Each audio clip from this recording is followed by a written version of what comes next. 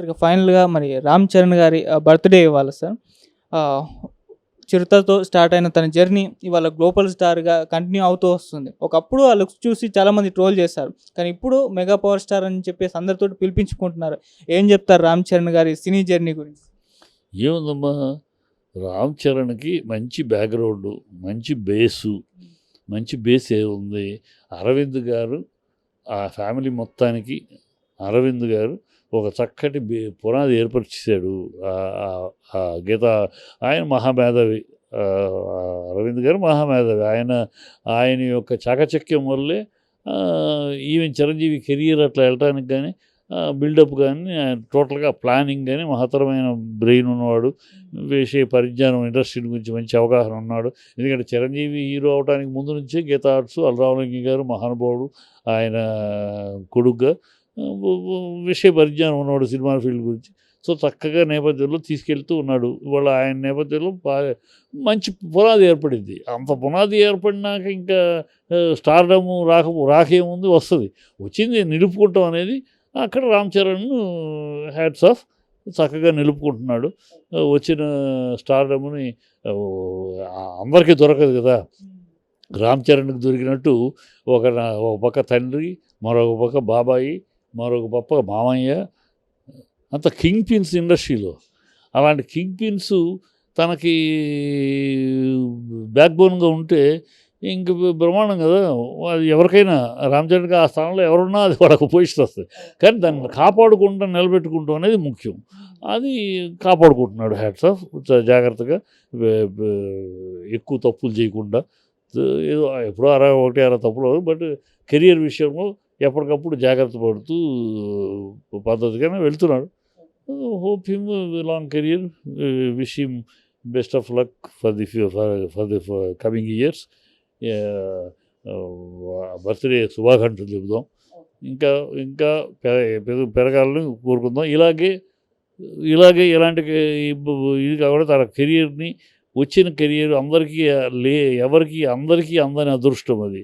ఆ ఇంట పుట్టటము, తన బ్యాక్గ్రౌండ్ అంత బలమైన బ్యాక్గ్రౌండ్ ఉండటము అలాంటివి అందరికీ రాదు. అందరికీ అదృష్టం రాదు. ఎన్నో అదృష్టవంతుడు అక్కడ పుట్టాడు. ఆ బ్యాక్గ్రౌండ్ మొత్తం చుట్టూ బ్రహ్మాండమైన కోటలాగా, మంచి కంచు కోటలాగా తన చుట్టూ ఉన్నాయి. కనుక అది వచ్చిన అవకాశాన్ని ఏమున్న జలసాగాను, ఆషామాషిగాను కాకుండా పకడ్బందీగా మన కెరియర్ని మనం పక్కాగా వెళ్ళాలి. ఏది పడితే అది, ఎలా పడితే అలాగో అని మనం సోపు తీసుకెళ్తే పోతామని గతంలో కొన్ని 1-2 అలా జరిగినాయి. దాంతో జాగ్రత్త పడ్డాడు. So hats off. Let him, wish him good luck. Sir అంటే హీరోయిన్ సమంత గారి ఫోన్ కూడా ట్యాప్ చేశారు. ఆమె విడాకులకి ఫోన్ ట్యాపింగ్‌కు లింక్ ఉంది అని చెప్పేసి ఒక వార్త అయితే ప్రచారం జరుగుతుంది సార్. వైరల్ అవుతుంది. మరి దీనిపైన మీ ఒపీనియన్, నిజంగా సమంత గారు ఫోన్ ట్యాప్ చేశారంటారా? సమంత ఏంటయ్యా, ఏముంది సమంత ఊరిని పెంచుతారు ఎందుకు అనవసరంగా. సమంత ఒక హీరోయిను, గ్లామర్ హీరోయిను అయింది, పెళ్లి చేసుకుంది, విడిపోయింది. ఇప్పుడు ఏదో ఆరోగ్యం బాగలేదు, ఆరోగ్యం బాగు చేసుకుంది. After all she is an artist అంతే.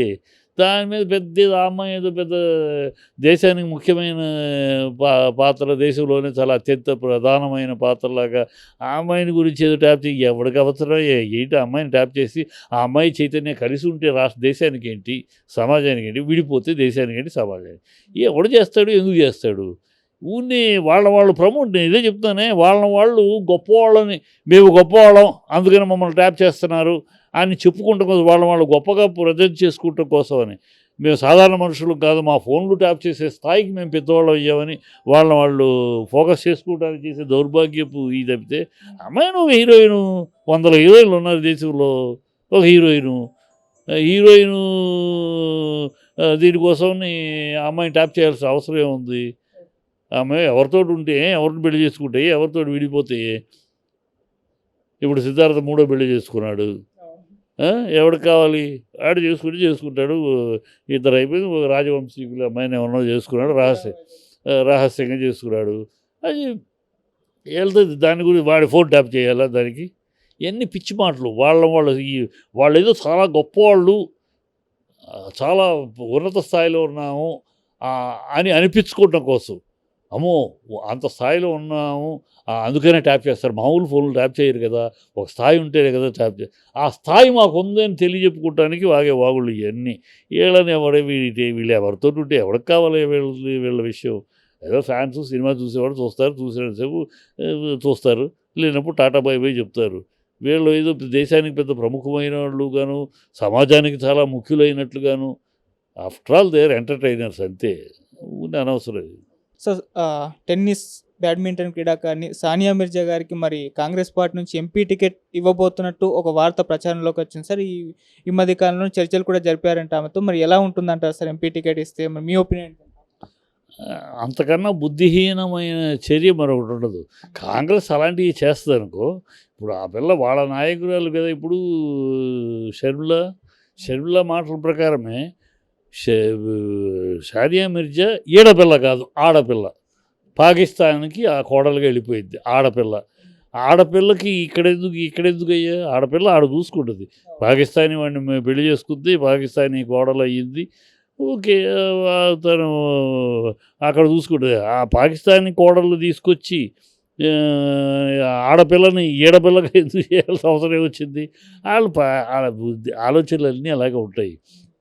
ఎవరు క్యాండిడేట్లేమో గెలుపు గుర్రాలు లేరు, అందుకని ఇతర పార్టీల నుంచి లాగుదాం పీకుదామని చూస్తున్నారు.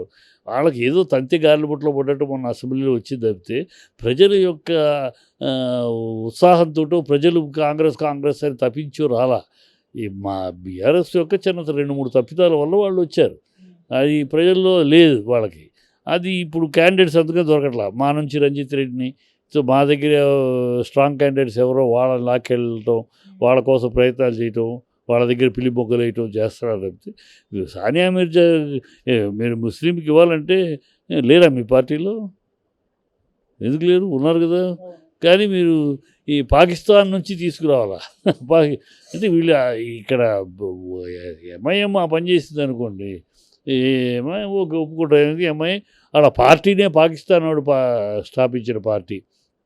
వాళ్ళ ముత్తాతకి పాకిస్తాన్ వాడు స్టార్ట్ చేసి రజాకార్ అప్పుడు వెళ్ళిపోబోతూ ఈ పార్టీని వీళ్ళగా చెప్పారు. సో వాళ్ళు పాకిస్తాన్కి అడ్డాగా ఎంఐఎం ఓవైసీ లాంటి వాళ్ళు మాట్లాడినా, పాకిస్తాన్ ఫేవర్గా మాట్లాడినా, మన దేశం మీద పాకిస్తాన్ అంటే ఎందుకు ముస్లిమ్స్ అని కాదు, అక్కడ మన దేశం మీద నిరంతరం విషం కక్కుతున్న ఒక దేశం. మన దేశం మీద విషం కక్కుతున్న దేశం పాకిస్తాన్. కనుక మనం పాకిస్తాన్ శత్రు దేశం. ఆ శత్రు దేశాల నుంచి క్యాండిడేట్ తీసుకొచ్చి పెట్టుకోవాలనే దౌర్భాగ్యపు ఆలోచన కాంగ్రెస్కి తప్పితే ఈ భూప్రపంచంలో ఎవరికి రాదు. కాంగ్రెస్ ఎందుకంటే అది బోగస్ హిందువులు, వాళ్ళు బోగస్ భారతీయులు, వాళ్ళు బోగస్ గాంధీలు, అన్నీ డూప్లికేటు. సో అన్ని రకాల దిగజారుడు ఆలోచనలు వాళ్ళకే వస్తాయి. కనుక ఇలాంటి దిగజారుడు ఆలోచన సానియా మిర్జా తీసుకొచ్చి పెట్టడం, అమ్మాయి ఈడపిల్ల కాదు, పెళ్ళి ఎప్పుడో పుట్టింది, ఇక్కడ పెరిగింది, ఓకే, భారతదేశం తరపున ఆడింది, ఓకే. తర్వాత పెళ్లి చేసుకుని ఈడపిల్ల కాదు నేను ఆడపిల్లనని భారతదేశంలో ఎవరో అమ్మాయికి దొరకలేదు, పాకిస్తాన్లో పాకిస్తాన్ వాడే అమ్మాయికి నచ్చాడు, వీళ్ళు ఒక చేసుకోపో, అయిపోయింది. పాకిస్తాన్ జనాభాలోకి వెళ్ళిపోయింది. ఇంకా మళ్ళీ అమ్మాయిని లాక్కొచ్చి ఇక్కడ పెట్టాల్సిన అవసరం ఏంది? ఇప్పుడు ఇక్కడ ప్రజలు నెత్తిన మీద పెట్టాల్సిన అవసరం ఏముంది? అది కుళ్ళు ఆలోచనలు, చిల్లర ఆలోచనలు. సార్ అంటే ఆమెకు కొద్దిగా ఇమేజ్ అయితే ఉంది కదా, మరి అదేమన్నా ప్లస్ అయ్యే ఛాన్స్ ఏమన్నా ఉందా? ఇమేజ్ ఒకప్పుడు ఉండింది. ఎప్పుడైతే పాకిస్తాన్ వాడిని పెళ్లి చేసుకుని ఈ దేశంలో ఎంతమంది ఇన్ని కోట్ల మంది ఉంటే వాళ్ళు కాదని పాకిస్తాన్ నుంచి ఎత్తుకొచ్చి చేసుకుందో, మన దేశం మీద నిరంతరం విషం కక్కే పాకిస్తాన్ పౌరుడికి తోటి పెళ్ళి వెళ్ళిపోయిందో, ఈడ పిల్ల కదా ఆడపిల్ల అయిపోయింది. ఆ పిల్లకి ఇక్కడేదో ఇంకా ఉందనుకుంటే పొరపాటు. ఆ రోజుల్లో ఉంది. ఆ రోజు ప్లేయర్గా మంచి ప్లేయరు, బ్రహ్మాండంగా ఆడింది, అది భారతీయురాలుగా ఉన్నప్పుడు. అంతవరకు పాకిస్తానీలుగా మారిపోయినాక ఇంకా ఎందుకు ఉంటుంది? ఏ భారతీయుడు కూడా పాకిస్తాన్గా మారిపోయినాక అమ్మాయి కోసం జెండా పడ్డాడు కదా. నా దేశంలో రాష్ట్రం హైదరాబాదు, నా రాష్ట్రంలో నా దేశం, నా ప్రజలు ఉండాలి అంతే. ఈ అమ్మాయిని మన ప్రజే కదా, ఇక్కడ పుట్టింది కానీ లేదు కదా, పెళ్లి చేసుకుని వెళ్ళిపోయింది కదా, బిడ్డను కూడా అక్కడ కదా అంది కదా, ఇక్కడ కాదు కదా. డెలివరీకి ఏమైనా ఇక్కడికి వచ్చిందా? లేదు కదా, అక్కడే కదా మొత్తం. ఇప్పుడు విడాకులు తీసేస్తుంది మళ్ళీ మా బిడ్డ అంటామా? కనుక ఎంత హాస్యాస్పదం, అమ్మాయికి ఏదో ఉంది అనుకుంటూ శూన్యం, ఏమీ లేదు. Thank you so much sir.